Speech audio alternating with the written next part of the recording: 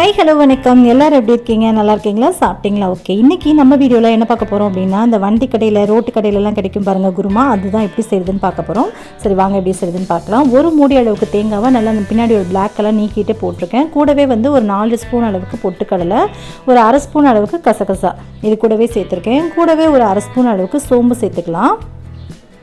சேர்த்துட்டு இது தேவைக்கிறப்ப தண்ணி சேர்த்து நல்லா ஃபைன் பேஸ்ட்டாக அரைச்சி எடுத்துகிட்டு வந்துடலாம். அரைச்சாச்சு, இது அப்படியே ஓரமாக இருக்கட்டும். அதுக்குள்ளே இப்போ நம்ம குழம்புக்கு தாளிச்சிட்டு வந்துடலாம். இதுக்கு பார்த்திங்க அப்படின்னா குட்டி குட்டியாக ஒரு 5 சின்ன வெங்காயம், ஒரு 4 பல் அளவுக்கு பூண்டு எடுத்திருக்கேன். இஞ்சி சேர்க்கக்கூடாது இந்த குருமாக்கு.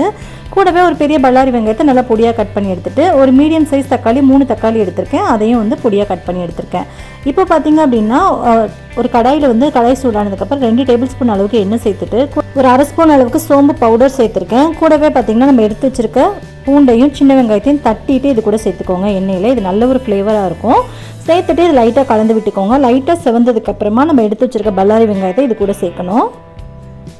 ஸோ பார்த்திங்கன்னா இந்த எண்ணெயிலேயே வந்து பூண்டு வெங்காயம் நல்லா வதங்கும்போது நல்ல வாசனையாக இருக்கும். கூடவே நம்ம எடுத்து வச்சுருக்க வெங்காயம் கொஞ்சம் போல் கருவேப்பிலையும் இது கூடவே சேர்த்துருக்கேன். சேர்த்துட்டு இதை நல்லா வதக்கி விட்டுக்கலாம். வெங்காயம் நல்லா வதங்கணும் அப்படின்ட்டு இல்லை, ஓரளவுக்கு வதங்குச்சு அப்படின்னா போதும். ஒரு 80% வதங்குச்சு அப்படின்னாலே போதுமானது. ரொம்ப வதங்க விட வேணாம். நம்ம சாப்பிடும்போது அந்த வெங்காயம்லாம் கடிப்படும் போது டேஸ்ட்டு நல்லாயிருக்கும். ஒருவேளை உங்களுக்கு பிடிக்காதுன்னா நல்லா வதக்கிக்கோங்க. இது கூடவே நம்ம எடுத்து வச்சுருந்தா 3 தக்காளியும் இது கூடவே சேர்த்து நல்லா வதக்கிக்கிறேன். இப்போ வெங்காயம் தக்காளி ரெண்டுமே நல்லா சாஃப்டாக வதங்கிறதுக்காக தட்டு போட்டு மூடி வச்சுக்கலாம்.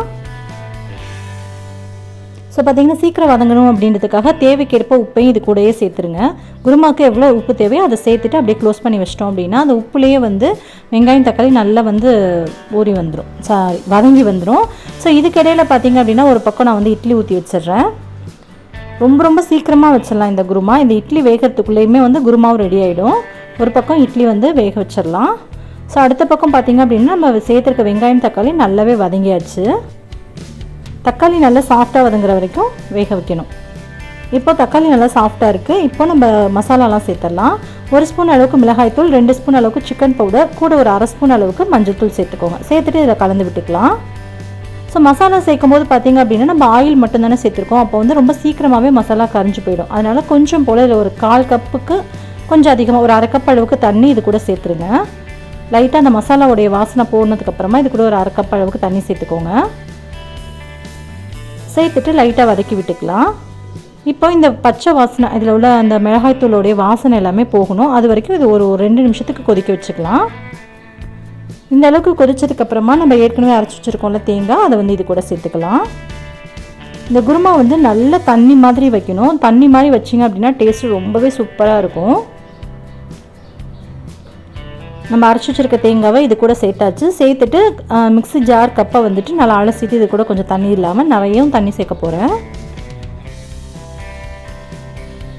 நீங்கள் வந்து நல்லா திக்காக சாப்பிட பிடிக்குன்னா தண்ணி கம்மியாக சேர்த்துக்கோங்க. ஆனால் இந்த குருமா பொறுத்த வரைக்கும் நல்ல தண்ணி மாதிரி இருந்தால் தான் டேஸ்ட் ரொம்ப சூப்பராக இருக்கும். அதே மாதிரி பார்த்திங்க அப்படின்னா நம்ம கசகசா சேர்த்துருக்கோம், இதில் பொட்டுக்கடலை சேர்த்துருக்கனால நம்ம நல்லா தண்ணி மாதிரி இப்படி இந்த அளவுக்கு தண்ணி ஊற்றிட்டு சேர்த்தாலும் கூட உங்களுக்கு பார்த்திங்கன்னா நல்ல திக்காகி வந்துடும். கொதிச்சதுக்கப்புறம் கொஞ்சம் ஓரளவுக்கு திக்காக ஆரம்பிச்சிடும்.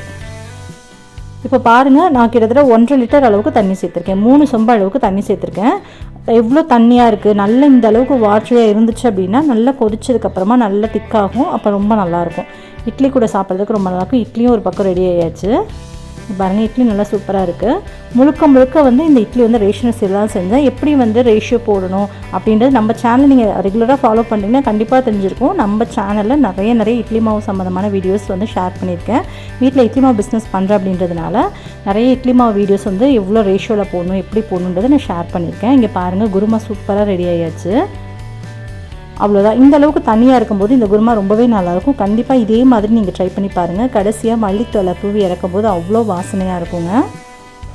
பார்க்கும் போதே தெரிஞ்சிருக்கும் குருமாவோட டேஸ்ட் எப்படி இருக்கும் அப்படின்னு சொல்லிட்டு. இப்போ நம்ம இட்லியிலேயே நிறைய ரேஷியோ நல்லரிசி சேர்த்து செய்கிறது, ஃபுல் அண்ட் ஃபுல் ரேஷன் அரிசி சேர்த்து செய்கிறது, அது மாதிரி நிறைய ரேஷியோ வந்து நான் வீடியோவாக ஷேர் பண்ணியிருக்கேன். நீங்கள் அந்த வீடியோலாம் பார்க்கணும் அப்படின்னு நினச்சிங்கன்னா நம்ம சேனலில் போயிட்டு ப்ளேலிஸ்ட்டில் வந்து ஓல்டு மாடல் வெட் கிரைண்டர் அது மாதிரி வந்து ப்ளேலிஸ்ட் க்ரியேட் பண்ணி வச்சுருப்பேன். அந்த ப்ளேலிஸ்ட்டில் வந்து பார்த்திங்க அப்படின்னா இட்லி மாவு சம்மந்தமாக நிறைய வீடியோஸ் உங்களுக்கு கிடைக்கும். கண்டிப்பாக செக் பண்ணி பாருங்கள். டிஸ்கிரிப்ஷன்லேயும் வந்து நான் ப்ளேலிஸ்ட்டோட லிங்க் கொடுக்குறேன். அவ்வளோதான், நம்மளோட சூப்பரான வண்டி கடை, தள்ளு வண்டி கடை, அதுக்கப்புறம் ரோட்டு கடை, அது மாதிரியான கடைகளில் நம்ம சாப்பிடக்கூடிய அதே டேஸ்ட்டில் அதே சுவையில் நம்ம வந்து சூப்பராக குருமா ரெடி பண்ணியாச்சு. கண்டிப்பாக நீங்கள் ட்ரை பண்ணி பார்த்துட்டு எப்படி இருந்துச்சுன்னு சொல்லுங்கள். உங்களுக்கு இந்த வீடியோ பிடிச்சா வீடியோக்கு ஒரு லைக் கொடுங்க, உங்கள் ஃப்ரெண்ட்ஸ் அண்ட் ஃபேமிலியோடையும் ஷேர் பண்ணிக்கோங்க. மறக்காமல் நம்ம சேனலுக்கு அவிஷ் கிட்சனை சப்ஸ்கிரைப் பண்ணிக்கோங்க. இவ்வளோ நேரம் பொறுமையாக பார்த்தவங்க அனைவருக்கும் ரொம்ப ரொம்ப நன்றி. உங்களை இன்னொரு இன்ட்ரெஸ்டிங்கான வீடியோவில் சந்திக்கும் வரை நன்றி, வணக்கம். Thank you, bye. இந்த போறப்பு தான் நல்லா ருசிச்சு சாப்பிட கிடைச்சது.